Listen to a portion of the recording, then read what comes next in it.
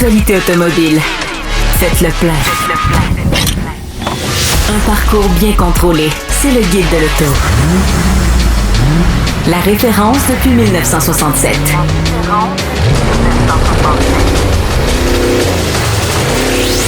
Le Guide de l'auto. Bonjour tout le monde, bienvenue au Guide de l'auto. Semaine mouvementée pour le monde du véhicule électrique. On y revient dans quelques instants avec Gabriel Gélina, Hugues Gonneau. Bonjour. Bon, toi Hugues, les voitures électriques et les crédits gouvernementaux ne changent pas grand-chose à ta vie?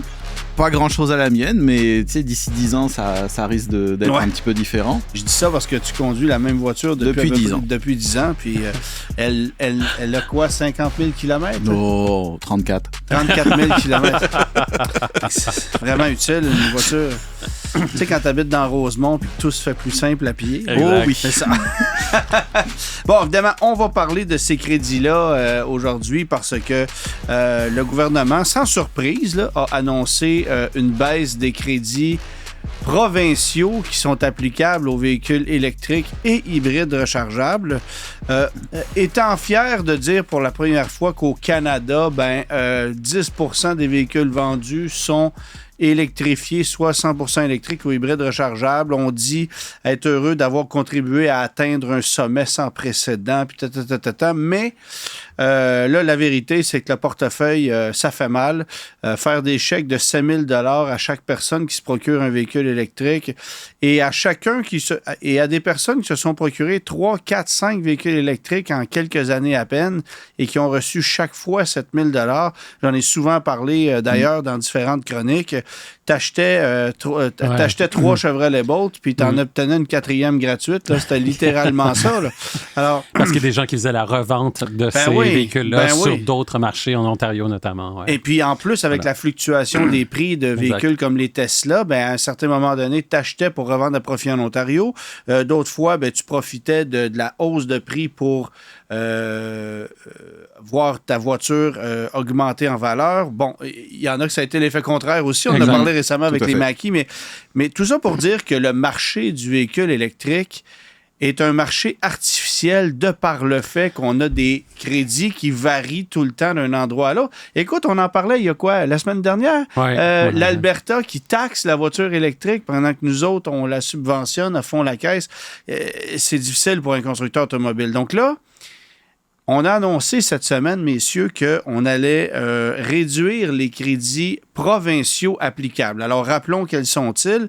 7 000 $ du provincial actuellement. Donc, Québec donne 7 000 $ pour un véhicule électrique de moins de 65 000 $ à tous ceux qui veulent s'en procurer. À partir du 1er janvier 2026, ça va baisser à 4 000 $. Ensuite, ça sera 1 000 $ et finalement...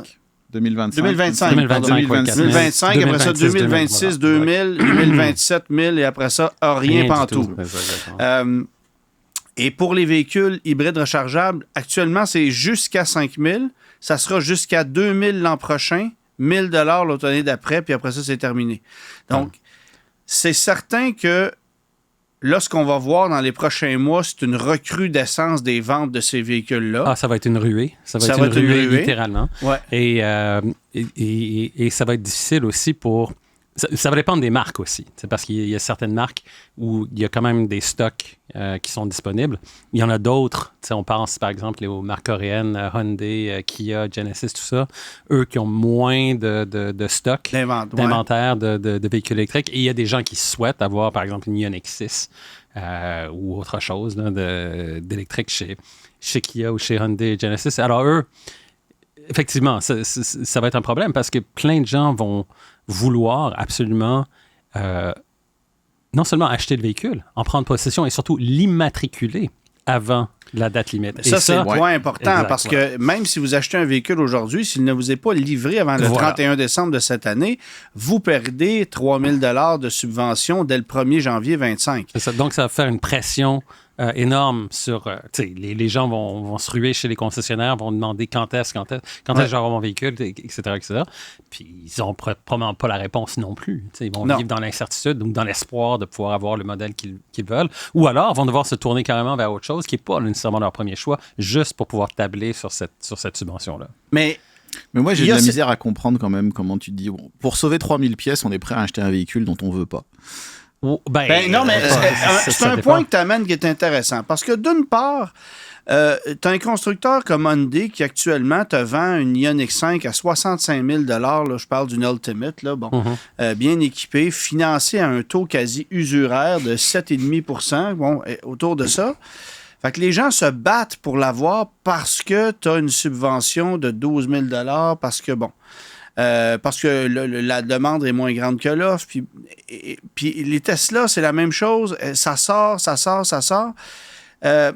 Mais là, on regarde les produits hot de l'industrie. Mais que va-t-il arriver à des VinFast? Oui, exact. Tu sais, des produits, je veux pas dire de second rang, mais tu sais, VinFast, c'est un start-up. Là, des produits qui ne sont pas encore prouvés. Voilà. Tu as besoin de ça. Et là, le truc qui risque d'arriver, c'est que d'une part, tu vas voir les constructeurs automobiles dire, est-ce qu'on baisse le taux de financement de 1 ou 2 % à partir de janvier 25 pour pallier à la perte que les gens vont subir? Fait que tu vas pouvoir vendre le véhicule comme s'il était vendu au prix de. Est-ce qu'on va décider de baisser les prix de certains modèles pour s'ajuster? Puis la beauté de la chose en même temps, c'est que on fait pas ça. On part pas de 5 000 puis on s'en va à zéro d'un coup. On le baisse progressivement. Moi, personnellement, si vous m'aviez demandé mon avis, j'aurais dit, vous avez déjà profité d'un crédit gouvernemental, vous n'êtes pas admissible à un second. Je pense que l'objectif, c'est de convaincre un automobiliste de passer à l'électrique. Une fois qu'il a décidé de l'acheter puis de profiter de la subvention, il est fort à parier qu'il ne retournera pas à l'ancienne formule. En tout cas, dans la majorité des cas. Oui. Mais là, si tu continues de donner des nananes sans arrêt, c'est là où j'ai un peu de misère. Puis c'est ce qui a fait en sorte que ça nous a coûté une fortune. En même temps, le gouvernement est content. Il y avait des objectifs. Il voulait mettre des véhicules verts sur la route. Parfait, c'est fait. Mais là, tu te retrouves dans une situation qui est quand même un peu délicate. Et, il ne faut pas oublier un autre truc. Le budget fédéral s'en vient le mois prochain. Oui, ça, c'est l'autre histoire. Que va-t-on annoncer dans le budget fédéral? Est-ce qu'on va conserver le 5 000 $ alors que le Québec baisse ses crédits, alors que l'Alberta vient de lever la main en disant « Hey, moi, je vais les taxer, les véhicules électriques. » Puis que la Colombie-Britannique est en train de dire « Ouais, ben nous, finalement, n'importe qui gagne en haut de 80 000 là, en Colombie-Britannique, on ne donne pas de chèque. » Qui ne gagne pas 80 000 en Colombie-Britannique? Enfin, il y a des gens, oui, mais je veux dire, le coût de la vie en Colombie-Britannique est tellement élevé qu'on est en bas du salaire moyen là-bas. Donc, on ne subventionne pas grand monde au final. Fait que je trouve ça bien intéressant comme stratégie et j'ai surtout hâte de voir comment des Mitsubishi qui, dans le plus clair de leur vente, vendent du PHEV actuellement avec de gros crédits, vont composer avec cette baisse, cette hausse de prix-là, devrait-on dire, là, parce que, des RAV4 Prime, si c'est attrayant, c'est parce qu'il y a des gros rabais dessus. Alors, si le fédéral et le provincial disent, nous, on retire la moitié du crédit en moins d'un an, ton RAV4 Prime que tu vends à 8 % de taux de financement, il vient de prendre une volée, puis la même chose pour l'Outlander PHEV. Puis reste à voir ce que les constructeurs vont faire avec ça. Tu as raison. Ils peuvent jouer sur le taux de financement, ils peuvent jouer sur un paquet d'autres facteurs. Mais et c'est clair aussi, je pense, que les constructeurs automobiles ont profité aussi du fait qu'il y avait ces programmes d'incitatifs pour maintenir un prix quand même relativement élevé. Et aussi, il faut dire, ils ne faisaient pas énormément de volume au départ avec les véhicules électriques. Donc, selon moi, ce programme-là, il y a eu du bon, de partir la machine, si on veut, ou de faire en sorte que des consommateurs puissent s'intéresser aux véhicules électriques. La question que je me pose, c'est est-ce que c'est trop tôt pour justement fermer le robinet graduellement? Ah non, je pense pas. Personnellement, non. Je veux dire, ça dépend. Si tu regardes ton portefeuille, c'est certainement pas trop tôt, c'est même trop tard. Mais si tu regardes l'objectif ultime du gouvernement qui veut contrôler l'énergie avec l'hydroélectricité, eux, il n'y en aura jamais assez. Fait que t'as un même gouvernement qui fait face à différents enjeux puis qui doit prendre une décision. Puis là, la décision a été prise. Moi, je pense qu'il était temps, parce que financièrement parlant, à un moment donné, il y a des limites. Là. Ouais. mais effectivement, que ça risque de changer la donne pour la façon de vendre des véhicules. Tu sais, un véhicule électrique, on se rend compte de plus en plus qu'il y a beaucoup de, je ne vais pas dire de downside, mais de côté un peu plus sombre à l'achat d'un véhicule électrique. Là, on le voit avec le coût des assurances qui explose pour ces véhicules-là. À qui je parlais cette semaine, qui me disait avoir fait une soumission pour une Model 3 de base à 2700 $ d'assurance quand il paye 800 présentement pour se promener en Ford Escape. C'est épouvantable. Et ça, c'est une dépense qui revient année après année aussi. Année après année, voilà. L'usure des pneus. Bref, il y a beaucoup là, on s'en va ailleurs, mais tout ça pour dire que les réactions des constructeurs et des concessionnaires dans les prochains mois vont être très intéressantes à suivre.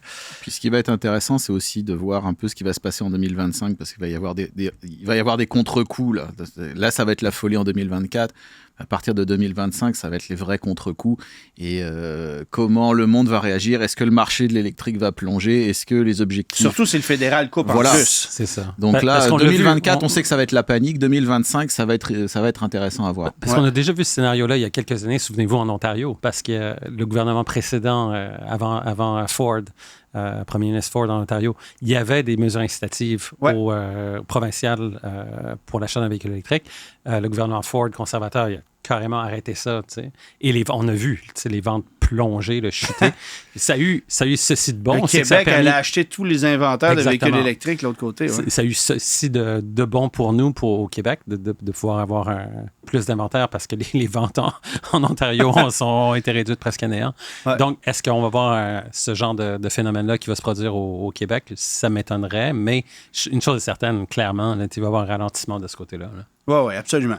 Ouais. Là, non seulement on a décidé d'arrêter d'offrir de gros rabais aux électromobilistes, donc on ferme les valves un petit peu de ce côté-là, mais en plus, on va aller chercher des taxes supplémentaires à l'automobiliste et d'une façon, honnêtement, que je trouve pas audacieuse. Mais moi, qui est un gars qui achète beaucoup de véhicules d'occasion dans ma vie, quand j'ai vu cette nouvelle-là sortir, j'ai fait bon.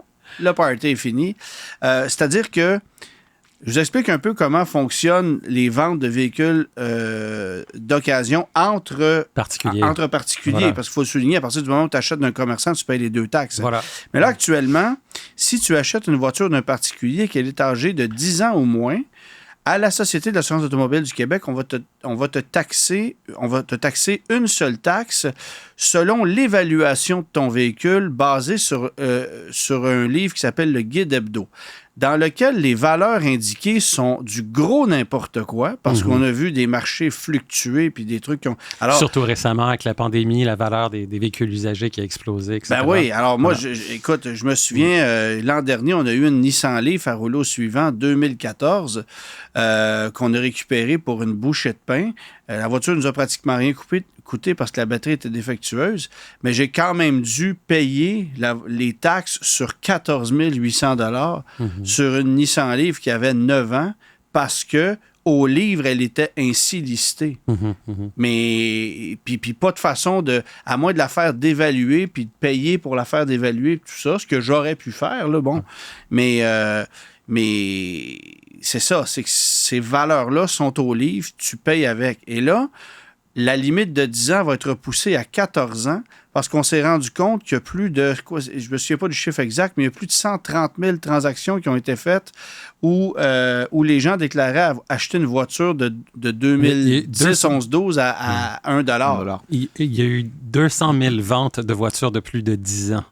Okay. Et il y en a, de ce nombre-là, il y en a 70 000 à un prix qui n'est pas de 1 $ et 130 000 à un prix de moins de 1 $. Ça, c'est ce qu'a indiqué le ministre des Finances dans son allocution. Je doute honnêtement que ce soit vrai, là, parce que est-ce que 130 000 personnes ont vendu des voitures à 1 $? Je veux dire, où on feint de vendre des voitures à 1 $, je ne suis pas certain, mais enfin bref, effectivement que c'est possible de le faire. Et à partir de je pense pas que c'est maintenant, je pense que c'est à partir de janvier 25, la date, je me souviens pas, mais on va repousser cette limite-là à 14 ans pour l'âge des véhicules. Mais si on prend une voiture qui a 14 ans aujourd'hui, c'est-à-dire une Honda Civic de 2010, Ben, un Honda Civic de 2010, ça peut se vendre 3, 4, 5, 6 000. Ça dépend de l'état, du millage, de tellement de paramètres. Si la voiture est listée à 4 000 $, ben, tu vas payer 9 % de 4 000 $. Alors qu'en ce moment, ben, si tu achètes la voiture à 4 000 $, ben, tu peux la passer à 1 $. C'est pas honnête de le faire, mais en même temps, il n'y a rien qui te l'empêche officiellement. Donc, c'est une façon d'aller chercher des taxes. Regarde, il y en a qui ont abusé, maintenant on paye tous collectivement. Et puis, en même temps, oui, mais quel autre bien d'occasion que tu achètes en particulier? Tu achètes un ordinateur d'occasion, tu ne payes pas de taxes. Tu achètes un set de chambre d'occasion, tu ne payes pas de taxes. Mais la voiture, elle est revendue 5 fois dans sa vie. 5 fois, taxé 5 fois. Ben oui, moi j'ai acheté le cabanon. C'est pas mal du tout. J'ai acheté le cabanon un jour d'un voisin qui n'avait plus besoin. Ben voilà. On l'a déplacé sur roulette, mais le cabanon, ça valait 5 000 $. Pas de taxe là-dessus. Ben non. Alors pourquoi j'ai une taxe sur la voiture? Puis là, attends, là, on te parle... Parce qu'il y a une plaque d'immatriculation, je vois pas d'autre. C'est ça. Ben, même qu'il y a d'autres objets, il y a d'autres véhicules motorisés sur lesquels tu ne paieras pas de taxes. Tu vas acheter une remorque, tu ne paieras pas de taxes. C'est pas, bon. Alors, c'est vraiment l'automobile qui est comme ça. Et il y a des provinces où tu n'es pas taxé. Ben, ça me paraît logique. Je veux dire, quel objet peut être taxé plusieurs fois dans son existence? À partir du moment où c'est à toi, tu l'as acheté, tu as payé les taxes une fois, c'est parfait, c'est correct, il n'y a pas de problème avec ça. Mais après, t'en repayes, puis t'en repayes. C'est quelque chose qui m'a toujours échappé personnellement en termes de logique. Alors après, évidemment, le gouvernement va te dire, nous, on a besoin de cet argent-là, certes. Mais en termes de logique, c'est quand même difficile à expliquer. Pour pallier à beaucoup d'illogisme, voilà. Ça, c'est une autre histoire. Mais donc malheureusement, le party est fini pour ceux qui voulaient justement jouer sur cette ligne-là et pouvoir... Et c'est dommage parce que, tu sais, il y a probablement beaucoup, par exemple, de familles, tu sais, que la voiture de papa ou maman va être vendue à fiston, c'est sa première auto, puis tout ça. Puis, ces fiston n'a pas beaucoup de sous, ou ta fille, whatever, qui commence à conduire. Entre famille, père, mère, frère, sœur, tu as un formulaire que tu remplis pour être exempt de taxes. Puis c'est vrai même pour une voiture qui a 1 an. Là. OK, ça, je ne savais pas. Alors, si tu vends à ta famille immédiate, et ça ne peut pas être ton cousin ou ta grand-mère, il faut que ce soit père, mère, frère, sœur. OK. Puis là, je m'excuse parce qu'il y a peut-être d'autres sortes de genres que je ne nomme pas. Mais tout ça pour dire que...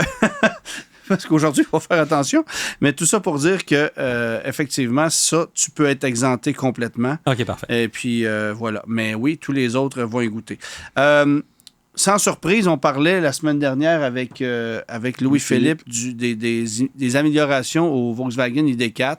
Là, Audi a dévoilé cette semaine qu'on apportait les mêmes corrections à ce véhicule-là. Un peu logique. Les deux véhicules sont élaborés sur la même plateforme MEB du groupe Volkswagen. Et tu sais, ça va être la même chose aussi avec la Porsche Taycan et la Audi RS e-tron GT. Plateforme J1, donc ils ont amélioré l'autonomie sur la Taycan, ça va être amélioré sur la Audi. C'est juste une question de quelle marque fait ces annonces-là en premier. Et là, c'est là que tu vois, c'est quoi la hiérarchie dans le groupe Volkswagen. Donc, clairement, tu sais... Oui, le Q4 est un produit de second rang pour eux. L'ID4 est drôlement plus important, alors que dans le cas de la Taycan, elle est plus importante que la e-tron. Voilà. Oui, tu as absolument raison.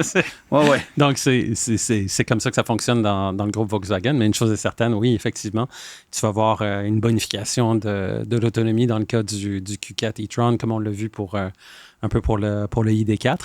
Et puis, ça va être la même chose aussi pour Taycan et la e-tron GT, clairement. Donc, on va avoir un Q4 propulsé avec plus de puissance, plus d'autonomie. C'est surtout là que l'amélioration se fait, parce qu'au niveau des 4 roues motrices, on gagne quelque chose comme une quinzaine de kilomètres d'autonomie. C'est ça. Alors, c'est pas grand-chose. Mais il faut se mettre à la page aussi, parce qu'il y a des nouveaux joueurs qui arrivent dans le segment. Volvo, évidemment, qui modifie légèrement ses véhicules pour 2025. Il y aura effectivement BMW qui va être sur le point de dévoiler un véhicule tout électrique dans ce segment-là, qui va venir peut-être faire mal à ces véhicules-là aussi. Alors, on devrait en savoir plus d'ici quelques semaines. Il y a un autre truc, je pense, qui est intéressant dans le cas du Q4, c'est le fait qu'ils ont changé le moteur arrière. Le moteur arrière est plus performant, plus puissant aussi. C'est ça. Donc, en faisant des améliorations du côté, non seulement de la batterie, de de l'autonomie puis de combien de kilowattheures tu peux disposer, mais aussi si tu as un gain d'efficacité des moteurs, que ce soit plus de puissance ou un moteur qui est plus efficace aussi, qui consomme moins d'énergie. Ça aussi, c'est un pas dans la bonne direction. Mais tu sais, je pense qu'on assiste maintenant un peu de tweaking pour ce qui est des voitures électriques. Et aussi au niveau des tweaking, ça, c'est le genre de mot que Hugues dit plus souvent que toi. Là. Alors, pourquoi? De peaufinage. C'est un mot français. Ouais. On peaufine un peu aussi les algorithmes pour la gestion des flux d'énergie, ces choses-là, de façon, encore une fois, essayer de rendre les voitures plus efficaces, leur donner un peu plus d'autonomie. Mais c'est des avancées qui se font vraiment pas à pas. Un peu comme quand un constructeur refait une voiture à moteur thermique, tout à coup, bof, il y a 15 chevaux de plus qu'avant. Pourtant, le moteur n'est pas nécessairement changé, mais ils ont changé la pression de suralimentation du turbo, la gestion électronique du moteur. Donc, on assiste un peu à la même démarche pour ce qui est des voitures électriques. On essaye d'optimiser un peu partout où on peut, là. Un des rivaux qui risque d'être à surveiller dans les prochaines années, évidemment, je parle du Q4, c'est ce que Rivian a dévoilé la semaine dernière. Mm-hmm. Alors, on a présenté le R2, qui n'était pas nécessairement une surprise parce que on jurerait que c'est un R1S passé dans la sécheuse, là, littéralement. 7/8e. Mais dans le cas du R3 et du R3X, c'est un look qui m'a complètement charmé. Un véhicule qui a de l'air peut-être plus petit que ce qu'il est en réalité, mais c'est vraiment un format de VUS façon Volvo C40. Là, on est vraiment dans ce format-là, mais avec un look très boxy, très moderne. Tu sais à quoi j'ai pensé quand j'ai vu ça? J'ai pensé à la Hyundai Pony surélevée. En fait, le même genre de forme. Il y a plusieurs blogs européens qui l'ont comparé à une Golf 2 Country. Ouais. Ah oui, ça aussi. Pourquoi pas? Oui, absolument. C'est vraiment... Je trouve que ce véhicule-là est totalement réussi sur le plan esthétique et s'y est très, très bien avec l'image de la marque Rivian, ou du moins ce qu'on veut refléter. Parce que Rivian, c'est une marque de véhicules aventuriers. Moi, tu vois, je vois un peu là-dedans l'ancêtre des petits trackers, ce genre de truc-là. Ouais. Mais à la formule moderne, où évidemment, c'est un véhicule à 5 portes, avec des voies larges, avec un empattement plus long. Mais l'espèce de petit côté très carré, très angulaire, très costaud en format de poche, je trouve ça vraiment cute comme produit. Reste à savoir, quand est-ce que ça va arriver sur le marché et à quel prix aussi. C'est ça le problème. C'est ça le problème de marques comme Rivian. Exactement. Est-ce que cette marque va survivre aussi? Ils font des annonces, mais ils parlent de 2027 pour le R3. Voilà, donc, ils ont le temps de faire la faillite 3 fois, de ressortir du chapitre 11 3 fois. Mais tu sais aussi, récemment, j'ai rencontré quelqu'un qui autrefois était chez Aston Martin à l'époque où, je ne sais pas si tu te souviens, au Salon d'auto de Genève, Aston Martin est arrivé avec 5 voitures, 5 concepts. Puis là, le gars, il me dit, quand tu vois un constructeur faire ça, là, Lotus, tu te souviens de Lotus? J'étais au Salon de Paris quand ils ont fait ça. Ouais. Exactement, Lotus, même chose. Quand tu vois ça, là, c'est parce que ça va pas bien. Ils ont besoin d'attirer des investisseurs. OK. Ouais. Alors, est-ce que ces scénarios-là qui se pointent pour Rivian? Parce que c'est pas une compagnie... Je peux lever ma main en posant des questions sur VinFast? Oui, c'est ça. Mais tu comprends? Ce que je veux dire, c'est pas une marque établie, c'est pas le groupe Volkswagen, c'est pas... Tu comprends ça? Non. C'est pas Tesla en termes de volume de vente non plus. Mais ils ont quand même vendu 80 000 véhicules à date, c'est pas rien. C'est pas rien, mais on s'entend que est-ce que tu as les reins assez solides pour assurer le développement de tous ces modèles-là, leur conformité à tous les standards, et ensuite, pour les vendre. Mais justement, regarde, les réservations sont déjà ouvertes, donc eux, ils font aussi, ils jouent au maximum, c'est-à-dire on va faire rentrer l'argent. On a annoncé qu'on commencerait à livrer ces véhicules-là dans le premier trimestre de 2026 comme modèle 2027, que le prix d'entrée serait autour de 45 000 Américains, ce qui veut dire quelque chose comme 55-60 ici.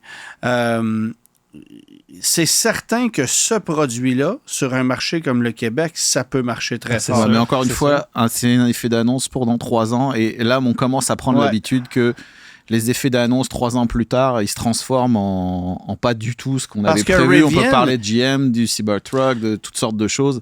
Et puis les retards là, pour les voitures électriques. On a vu avec Volkswagen, on a vu même avec des marques établies qui annonçaient on va arriver à telle date avec tel modèle pour s'apercevoir finalement que c'est 1 an et demi plus tard. GM! Oui, exactement. Tout ça. Fait que, déjà, c'est compliqué pour des marques établies. Ouais. C'est encore plus difficile pour une marque naissante, un start-up. En même temps, qui est Rivian. Je vais donner le bénéfice du doute à Rivian qui a présenté ces moi, deux... je leur souhaite juste que ça marche. Mais souvenons-nous... Ils ont l'air plus sérieux que pas mal d'autres. Faut le dire. Puis Rivian a présenté ces 2 véhicules à Los Angeles en 2018. Tu étais là, je crois, aussi. Ouais. Et moi, je me souviens d'avoir été vraiment mâchoire décrochée devant cette camionnette-là avec le tunnel de passage. C'était très innovateur quand on a présenté ça. Le président était sur place. Remarque, ça a été la même chose avec Fisker il y a quelques années, avec Henry Fisker quand il a présenté son Fisker Ocean. Ouais. Mais... toujours est-il qu'on avait annoncé une commercialisation en 2020 pour la camionnette Rivian. La COVID a fait que ça a pris 1 an de plus, mais on a quand même commencé à vendre le véhicule aux États-Unis. Et là, c'est une question de semaine avant qu'il y ait le point de service ou le point de vente qui ouvre au Québec. Donc, on s'installe, on fait ce qu'on a dit de faire. Oui, on a des problèmes financiers comme n'importe quelle start-up dans l'industrie automobile. Lancer une nouvelle marque de véhicule aujourd'hui, ça prend les reins ultra solides. Et ça prend un courage exceptionnel. Puis il y en a plusieurs qui ont essayé qui se sont plantés. Alors, vous vous souvenez d'Imperium Motors il n'y a pas longtemps. Vous vous souvenez de Lordstown aux États-Unis. Il y en a eu plusieurs. Là. Nicolas. Oui, c'est ça. Il y en a eu plusieurs. Mais Rivian me semble une entreprise qui, jusqu'à date, livre des véhicules qui ont une certaine qualité.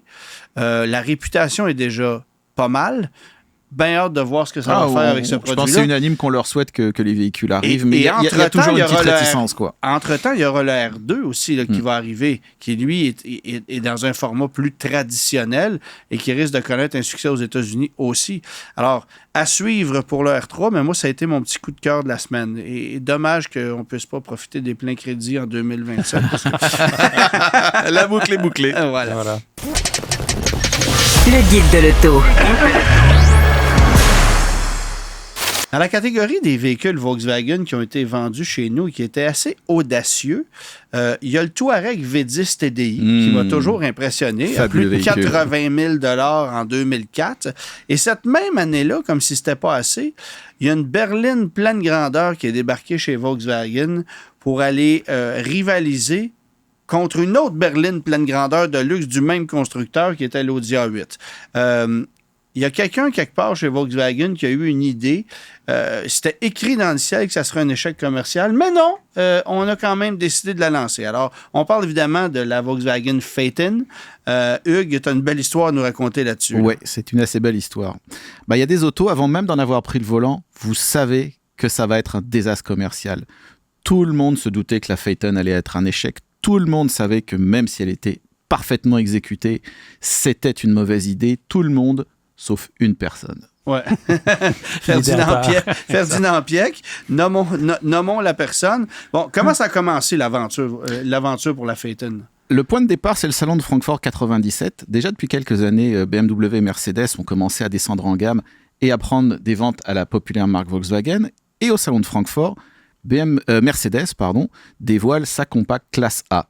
Ouais. Le président du groupe Volkswagen est absolument furieux. Et il dit, si c'est comme ça, Volkswagen va concurrencer Mercedes. Ah oui? Ouais. Donc, c'est vraiment... C'est aussi zozo que ça. Donc, autrement dit, tu as un président de Volkswagen qui dit hey, Mercedes va aller jouer dans les plates-bandes de ma Golf, moi, je vais aller jouer dans les plates-bandes de sa classe S. Exactement. C'est pas plus dur que ça. C'est pas plus dur que ça. Ça marche. Et donc là, débute le plan de montée en gamme de la marque, s'appelant littéralement, on va le rappeler quand même, la voiture du peuple. Le tout est accompagné par les rachats de Bugatti, Lamborghini et Bentley en 98. Premier signe de cette montée, c'est le lancement de la Passat W8 en 2002, oui, avec son W8 de 4 litres de 275 chevaux. L'auto sera un bide, 11 000 ventes en 3 ans, et tout l'investissement sur le V8 ne sera pas amorti puisqu'il aura été utilisé sur juste un seul modèle. Mais là, c'est que le début. Tu parles du W8. Du W8. Oui, OK. Et là, c'est que le début, parce que là, justement, maintenant, Volkswagen veut aller concurrencer la classe S. Bon. Le président de Volkswagen, à ce moment-là, c'est Ferdinand Piëch. Parle-moi un peu du bonhomme. C'est un type avec un CV qu'on peut dire prestigieux. C'est le petit-fils de Ferdinand Porsche, le concepteur de la Beetle, et le neveu de Ferry Porsche, fondateur de la marque Porsche. Ouais. Ingénieur de formation, il est notamment le créateur de la Porsche 917 victorieuse aux 24 heures du Mans et de l'Audi Quattro. Il a été président d'Audi de 1988 à 1992 et devient président de tout le groupe Volkswagen le 1er janvier 1993. À ce moment... Je te coupe là, mais tu es en train de me dire que c'est au moment où lui était en poste qu'Audi a lancé sa première V8. C'est ce que ça veut dire. Il y a eu l'Audi A8 avant, qui était il y a eu la V8. Il y a eu la V8 à partir de 90, 88 en Europe. Et la 8 arrive à peu près dans ces moments-là. La 8 après, ouais. OK. Et à ce moment-là, le groupe Volkswagen est au bord de la faillite. Piëch réalisera un redressement spectaculaire. C'est un ingénieur doué, mais avec une personnalité de sociopathe. Le type est extrêmement exigeant avec tous ses collaborateurs. Il manage par la terreur et son surnom est le Bulldog. Okay. Piëch ne supporte pas la contradiction et n'a jamais tort. C'est pour cela que personne n'a osé rien lui dire pour la Phaeton. Bon, alors, cette Phaeton-là, il a décidé de la lancer, mais il y avait, derrière la voiture, il y avait énormément d'innovations, de technologies, de trucs qui étaient intéressants. Oui, il partageait avec Audi, entre autres, mais aussi parce que c'était la première fois qu'on voyait une voiture de marque généraliste aussi luxueuse, aussi remarquable au niveau de la qualité de fabrication. Là. Tout à fait. Et rien ne sera trop beau pour le projet W611. Nouvelle plateforme, nouvelle technologie, nouvelle usine. Le programme aurait coûté 1 milliard d'euros. Et Piëch a fixé une liste de 10 critères d'ingénierie réputés impossibles. Wow. En voyant la liste, la moitié des ingénieurs seraient sortis de la pièce en état de choc.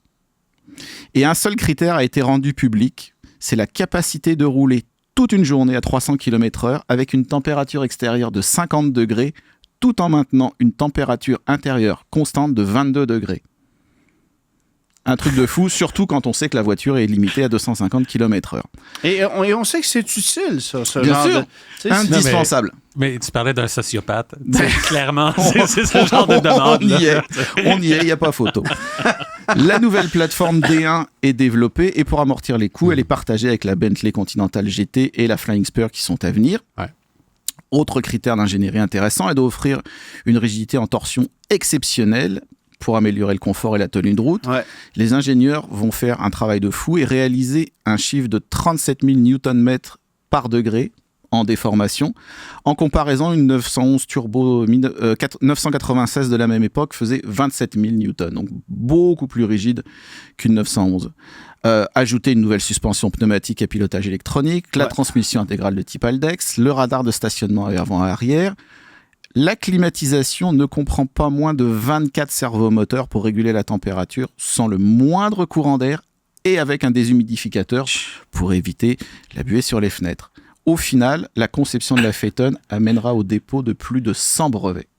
Et là, ça, c'est une chose, mais on veut aussi changer la façon de la fabriquer. Autrement dit, on veut faire les choses un peu différentes. C'est pas la première fois qu'on entendait ça. Tu sais, moi, je me souviens de l'épisode de la Cadillac Alante, dont tu vas peut-être nous parler un jour, bien sûr. où on a eu un festival de mauvaises idées comme ça. Mais là, ça, c'est quand même assez impressionnant. Là. Oui, et alors effectivement, ils veulent changer la façon de faire les choses parce que pour voitures de luxe, écrin de luxe, donc une toute nouvelle usine est construite à Dresde, dans l'ex-Allemagne de l'Est, elle est appelée la fabrique de verre.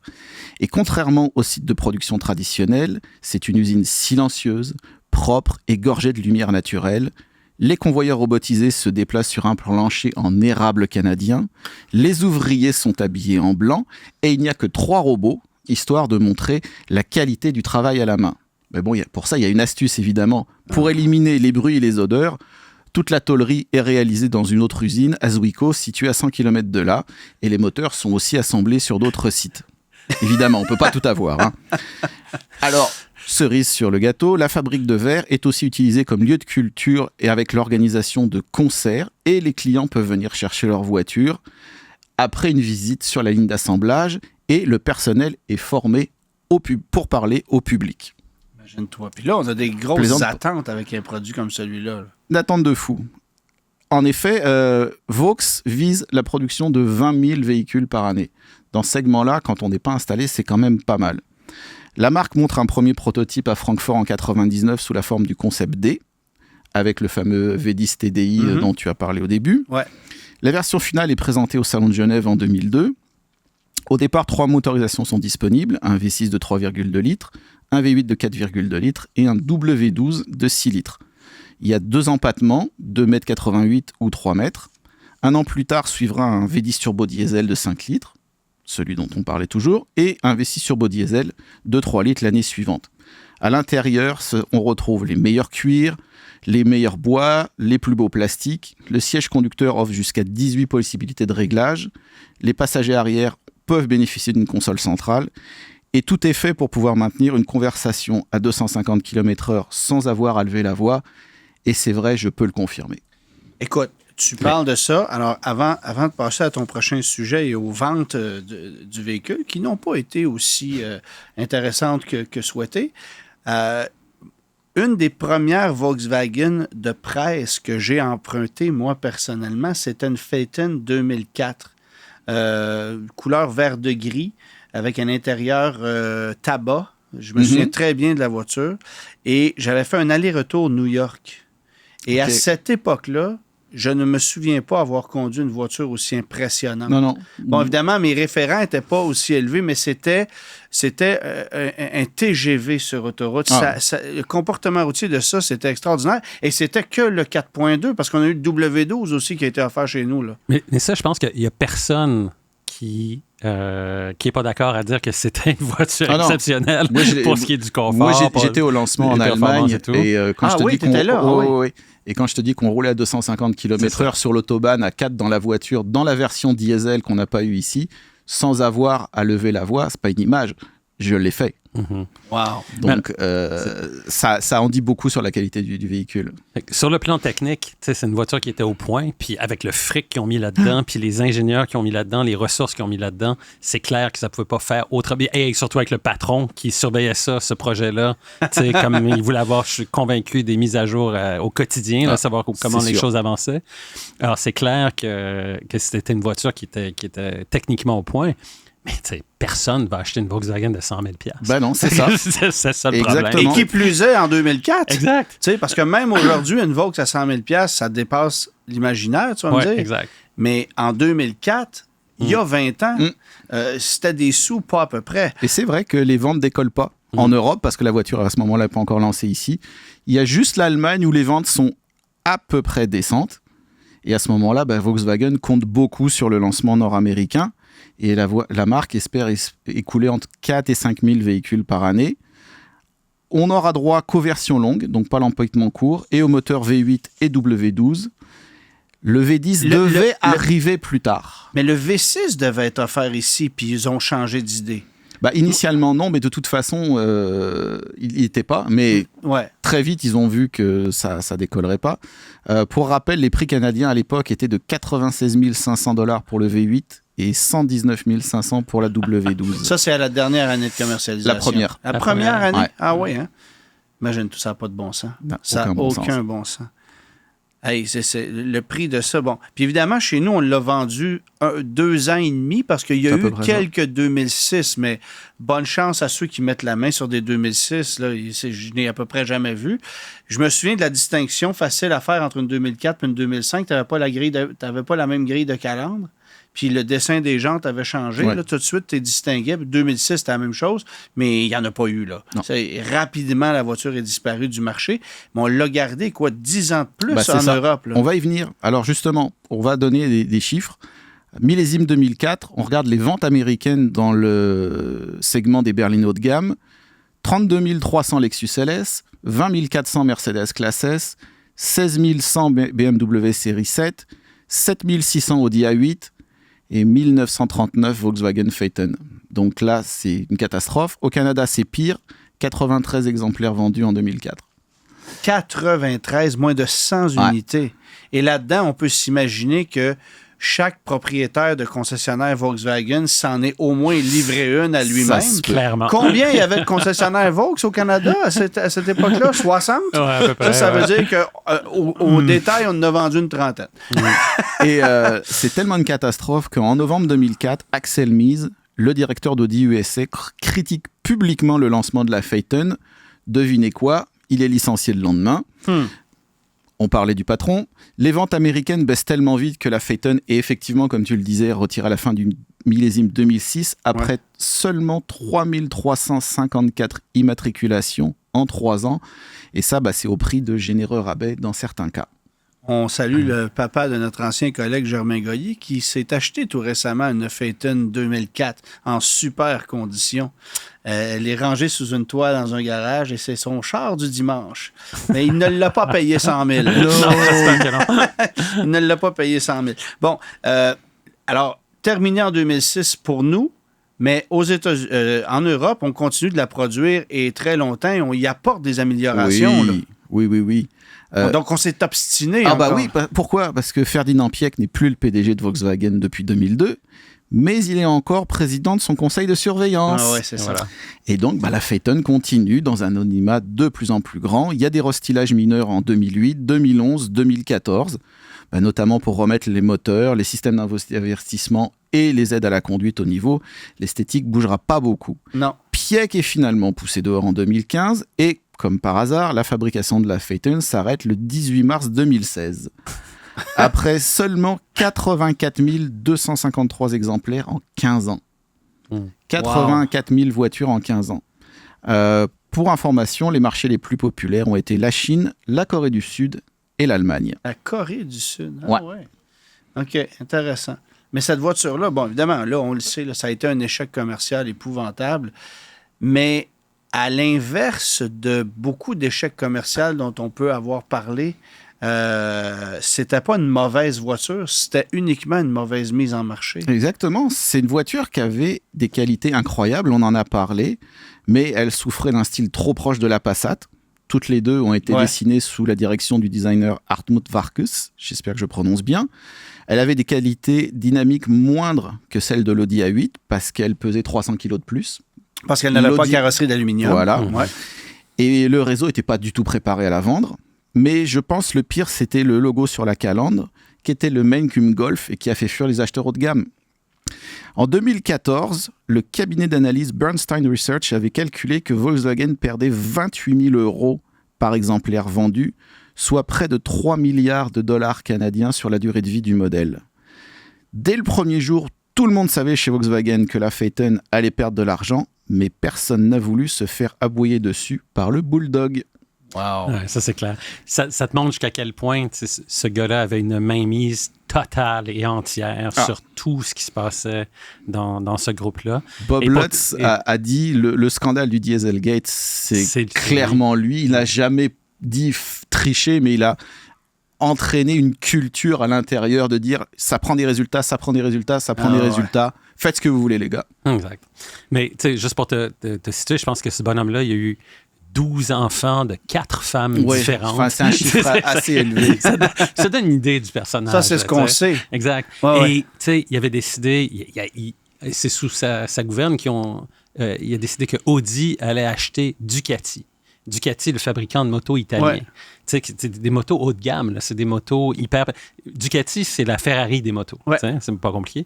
Puis là, il a décidé que c'était important d'intégrer des motos italiennes qui se vendent. La moins chère se vendait, je sais pas quoi, moi, 15 000 ou 20 000 $, je sais pas quoi. Puis les plus chères, c'était au-dessus de 50 000.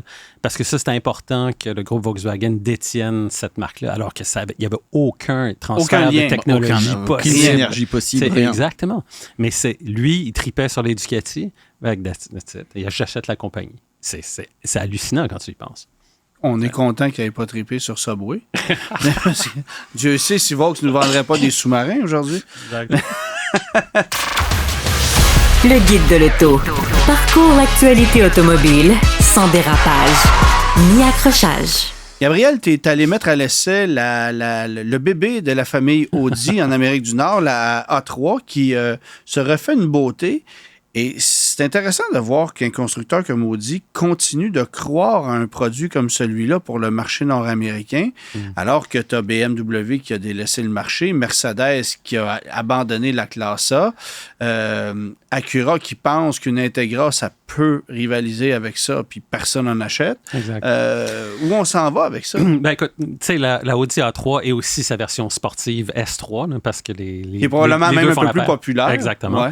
Ouais. Bon, premièrement, pour vous situer rapidement, dans les 2 dernières années, je pense, dans le guide de l'auto, on l'a choisi meilleur sous-compact de luxe. T'as raison, il y a beaucoup d'autres constructeurs. Mais la compétition n'est pas là, exactement. C'est ça. Ouais. Mais c'est une bonne voiture. Et pour ce que l'on fait maintenant pour 2024, c'est une refonte, essentiellement du modèle. Sur le plan mécanique, là, la A3, c'est exactement la même chose qu'avant. Le 2 litres, le système Quattro. Exactement. Ouais, c'est ça. C'est 201 chevaux. Ouais. Il n'y a rien de changé, il n'y a rien de nouveau sur le moteur, boîte de vitesse, rouage, tout ça, c'est la même chose. Par contre, on a droit à un restylage de carrosserie pour rendre la voiture un peu plus sportive, un peu plus premium aussi. Mais surtout à l'intérieur. À l'intérieur, on n'a pas beaucoup de changements non plus, sauf que tu as une nouvelle chaîne audio de marque Sonos qui va être intégrée au véhicule. Et surtout, ils ont pris un soin de choisir des matériaux ou des agencements d'intérieur un peu plus premium, un peu plus de qualité. Il y a des matériaux recyclés aussi là-dedans, mais le look que tu as là, quand tu t'assois au volant de la voiture maintenant, c'est que, wow, OK, là, c'est pas la A3 qu'on avait avant. Okay. C'est vraiment plus une Audi, c'est vraiment plus premium, c'est vraiment plus haut de gamme. C'est pas un exercice qu'on a encore fait avec l'A4. C'est ça qui est intéressant. Ben, ça s'en vient. Ça s'en vient. Mais l'A3, il y a droit avant. Oui, exactement.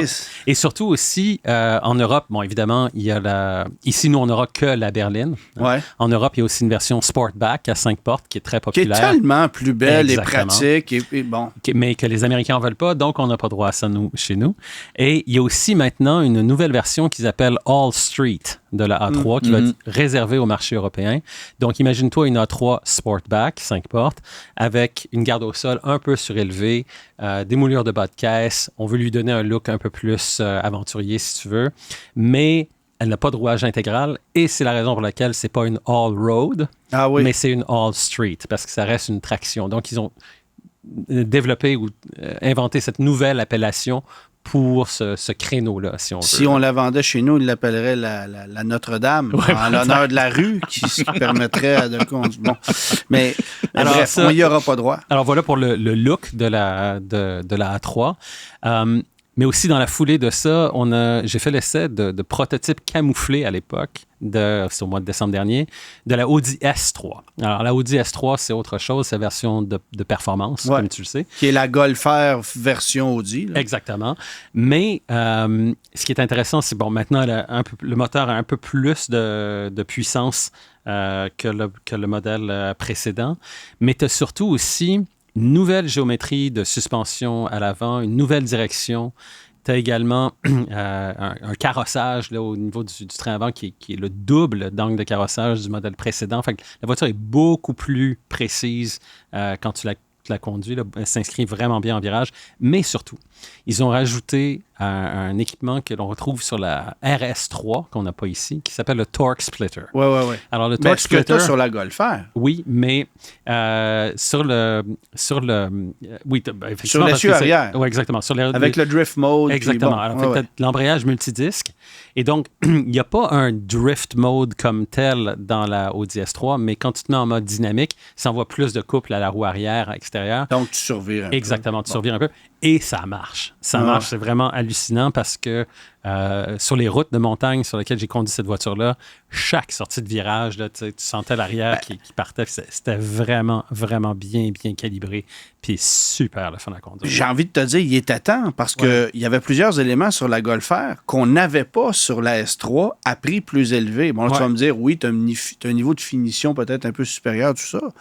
Mais la Golf R était pour moi une voiture techniquement plus désirable que la S3. Fallait se mettre à jour. Donc, on est allé chercher la puissance de la Golf R aussi. Oui, effectivement, parce que le moteur, maintenant, c'est 328 chevaux dans la Audi S3. Donc, c'est même un peu plus. Exactement. Donc, hiérarchie oblige.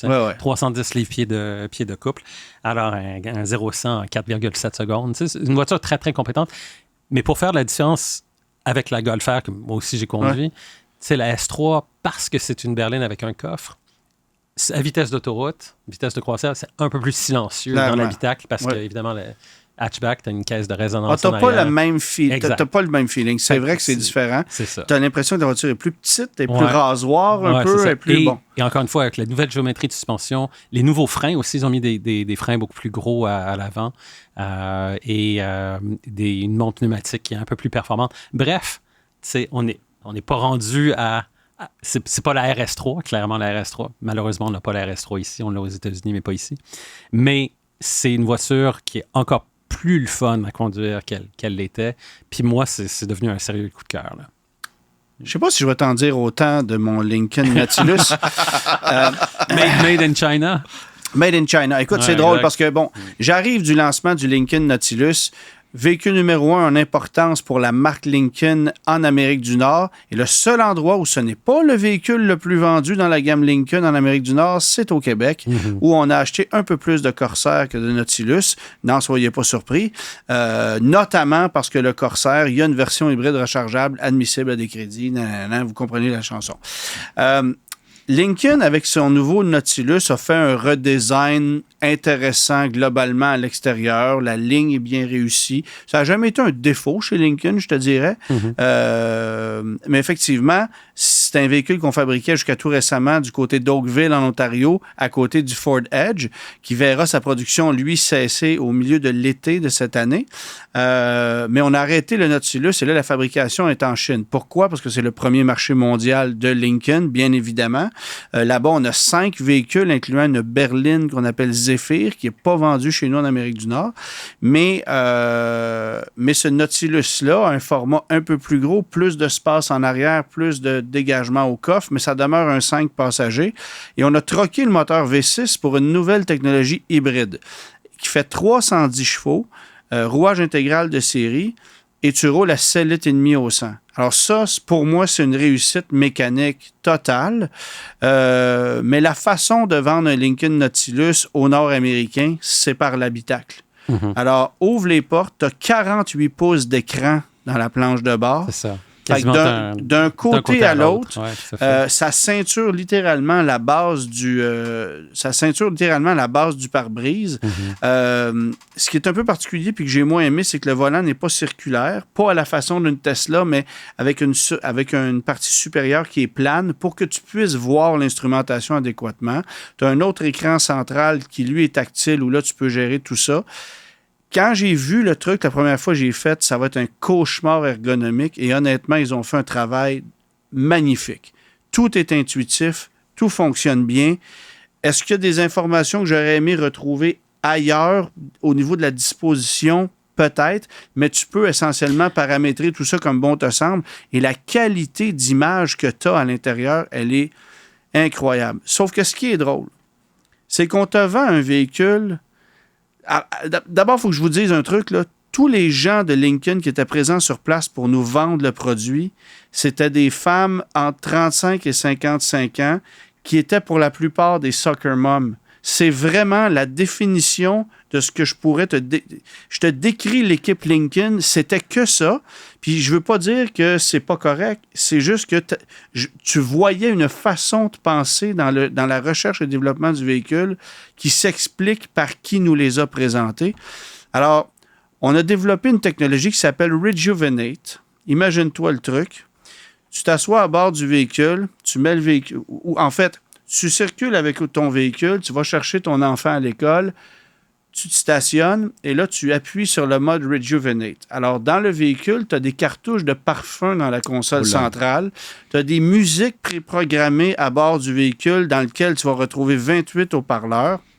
Évidemment que tu as des images qui peuvent défiler devant toi à travers les écrans. Ça peut être des images de volcans, de bois. Tu peux être au bord de la mer. Le siège va s'incliner automatiquement, va commencer à te masser. Il va avoir de l'air frais qui va passer devant toi si jamais tu es au bord de mer. Il va y avoir de l'air chaud si jamais tu es proche d'un volcan. On te crée un scénario qui va durer entre 3 et 5 minutes selon ta programmation pour que tu puisses te détendre, te réinitialiser l'esprit et passer à la prochaine étape de ta journée. Mais ça, c'est Évidemment, quand le véhicule est immobile, Exact. quand il est toujours en marche, parce que tu ne peux pas éteindre le véhicule et que ça fonctionne. Et moi, j'ai levé la main, j'ai fait, si vous allez chercher votre fils à l'école et vous laissez tourner votre véhicule au ralenti pendant 5 minutes devant le stationnement de l'école, moi, je peux vous dire que le directeur va venir cogner dans ma vitre, « Hey, éteignez votre véhicule. » Et la réponse, ça a été, « Ah, ben, on n'avait pas pensé à ça. » J'ai trouvé ça fantastique. Bon, sur un véhicule électrique, ça marche. Mais quelle idée de sans dessin, pour vrai. J'ai fait, vous avez payé des gens pendant des années de temps pour me développer un truc de même. Et c'est ça que ça donne. Puis les parfums, là, attends.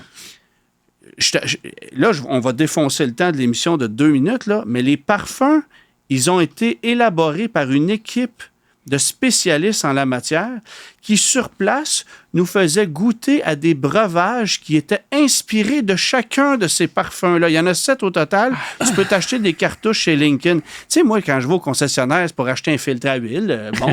Non, là-bas, tu vas aller t'acheter des cartouches de parfums. Fait que, c'est tellement 2010. Oh là là. Mais tout ça pour dire qu'on a... Bon, la qualité de finition, le confort, c'est pas un véhicule excitant à conduire. Le moteur 2 litres de base, ça vaut pas la peine parce que pour 3 500 $ de plus, tu as l'hybride, tu sauves 2,5 litres au 100, tu as 60 chevaux supplémentaires, puis chaque dollar dépensé, tu vas le récupérer à la revente. Fait que c'est un no-brainer, tu achètes l'hybride. Mais ces gadgets-là qu'ils ont développés, c'est vraiment... Clairement, ils veulent aller haut de gamme parce que tu as ça maintenant dans des classes S, tu as ça dans des parfumeurs puis des choses comme ça, tu as ça dans des voitures. Citroën faisait ça en 2004, il n'y a rien de nouveau. Hein. Mais avant de travailler là-dessus, commence donc par travailler sur ton image de marque. Exact. Parce que le seul problème de Lincoln, c'est l'emblème. Qui s'identifie à cette marque-là aujourd'hui? Lincoln a vendu à peine 6 000 véhicules au Canada l'an dernier. C'est c'est 2 fois moins que Volvo. C'est quelques centaines d'unités de moins que Genesis, qui est encore considéré comme un start-up. C'est 5 fois et demi moins que Lexus. Et d'ailleurs, on ne se gêne pas pour le dire, le véhicule cible numéro 1, c'est le Lexus RX. Ça, on le crie haut et fort. On parle même pas de Cadillac, mais c'est vraiment Lexus RX qui est dans la mire. Puis honnêtement, ils ont un produit très honnête entre les mains. Persuadé qu'ils vont réussir à aller chercher une certaine clientèle, mais il faut que tu réussisses à vendre le brand. Le brand. Il est là le problème. Et aussi le fait, encore une fois, le véhicule est assemblé en Chine. Avec est-ce que... Un Américain... Pour nous, honnêtement, au Québec, ça achalera pas grand monde. Ouais, il y a bien des gens qui achètent des Buick Envision, puis il y a des gens qui achètent des VinFast plus que n'importe où. Donc, je pense pas que la provenance soit un problème. Mais...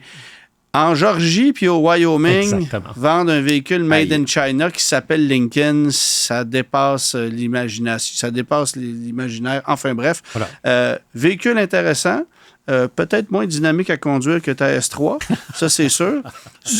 Surtout que du 22 pouces là-dessus, c'est quand même spécial comme combinaison, mais enfin bref... Retiens ça. Lorsque tu auras la chance de conduire le véhicule, active le mode Rejuvenate. À la semaine prochaine. Bonne semaine à tous. Salut. Tous les épisodes du Guide de l'auto sont disponibles en podcast sur l'application et le site cube.ca.